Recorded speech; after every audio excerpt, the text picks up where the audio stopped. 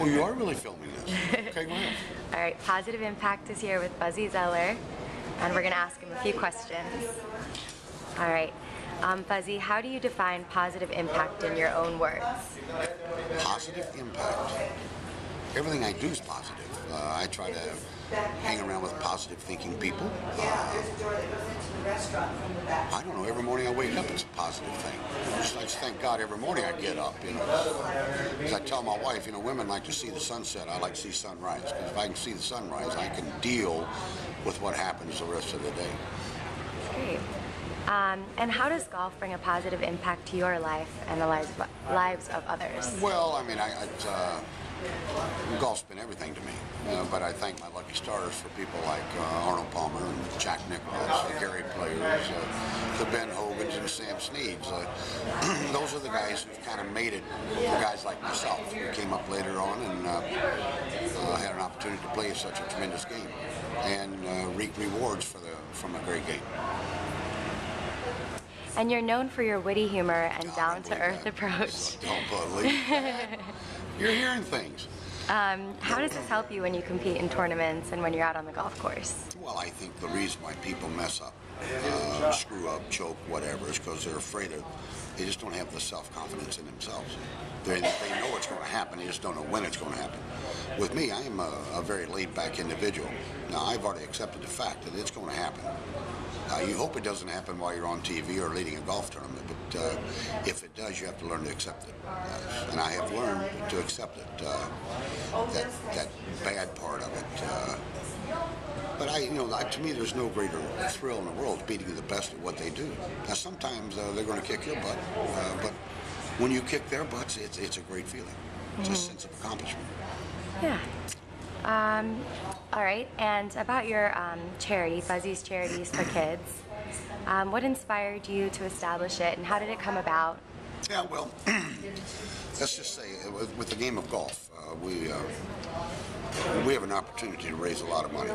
Now, being from southern Indiana, it's kind of my way of giving back. So I started what we call the Wolf Challenge. We play the game of Wolf, and all the proceeds go to Fuzzy's Kids. Now, what's Fuzzy's Kids? It's a group of charities. It's not just one. I might hit 20 different charities for that one year that we have picked out that are the recipients. And then we've been running it now. This will be our 15th year. So every year we try to hit different charities to help the kids and or mothers. What was that one we had, the Sisters of St. Mary's there in Louisville? We even tried to help those young nuns over there. So anybody who does good work, works hard, sometimes reaps rewards from the Wolf Challenge part of it. But it's just my way of saying thank you to my area that I live in, southern Indiana, and also giving back by way of a game that's been good to me. You know, I have been blessed with the talent, so why not give back a little bit, or give back a lot? And in our case, we've been giving back a lot. That's great. I agree. And what would you say that your charity has accomplished and raised for the kids and everyone else so far? If you have one, or no idea. It's $1 million and some odd dollars is what it is. Okay. But like I say, the key to it is it's not just one charity. It's a variety. So we're touching a lot of people and a lot of kids that need the help.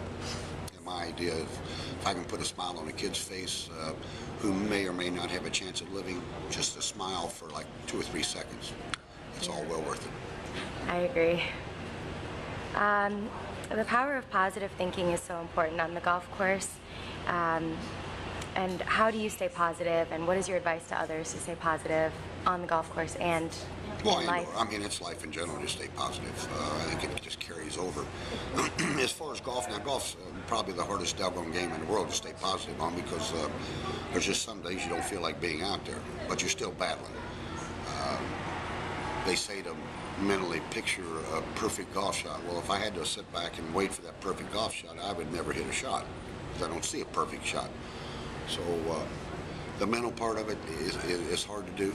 I think there's only been a few guys who have really, I'm not going to say mastered it. Nicklaus was one. Tiger was very close here the last 5 or 6 years. The rest of us, you know, it's kind of shot by shot, day by day with us. but positive thinking you have to have. I mean, in everything. I mean, even your job you're doing right now, looking at me with that little camera there, you got to stay positive when you fire those questions at me. So. Nicely put. Throughout your successful golf career, have there been challenges, and how did you stay positive through those? Have there been challenges? You know, when you're out here every day, it's a challenge. Again, you know, in our league, we're playing against the best. Now, when we started on the PGA Tour, they were the best. Now we're in the Seniors Champions Tour, whatever you want to call it, the over 50 crowd, and they're still the best at over 50. So yeah, you've got to stay positive. Now, some days, like I say, they're going to kick you in the butt. But that's the nature of the beast of the game of golf. You're going to have more good days than you are bad days. So you've got to think about those good days. And when you have that bad day, kick it out. It's history. You can't do anything about it. And think positive for the next day and your next round. All right, this is our last question. This is our favorite one. We ask everyone, who or what has made a positive impact on your life and golf career? Well, now, I mean, you got to look at your mother and father, right? I mean, that's where I would look, because without them, I wouldn't be here. And I know it's just a shot in the dark, but here we are. Then I think for the golfing part of it, Arnold Palmer's probably been my idol through my whole golfing career. And I'm one of the lucky ones. You know, I grew up loving Arnold Palmer. He was in his prime of his life when I started playing this crazy game. And then I had an opportunity not only to meet him, but to play a lot of rounds of golf with him. So I am one of the lucky few that can say, have my dreams been come true? Yeah, my dreams have come true. Wow, yeah, that's awesome. All right, well, that wraps it up. Well, thank you. Yeah, I appreciate thank it. you. Hope I Thank answered you. your questions. I mean, if not, you can reach me. I'll give you my cell phone.